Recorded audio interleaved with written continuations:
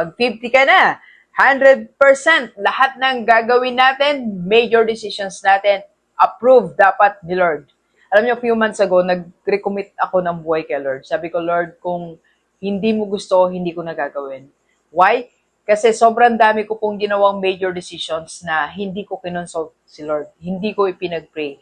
Ending, lahat po yun failure. And napakabigat na mga consequences na nangyari sa buhay ko. Kaya sabi ko, Lord, mula ngayon, lahat ng mga gagawin ko, i-hire kong tao, partnership ko, sisimulan kong venture, or kung saan ako pupunta to do my business, kung saan ako mag-venture pa, ano pang gagawin kong next step, lahat na yan ipag-pray ko.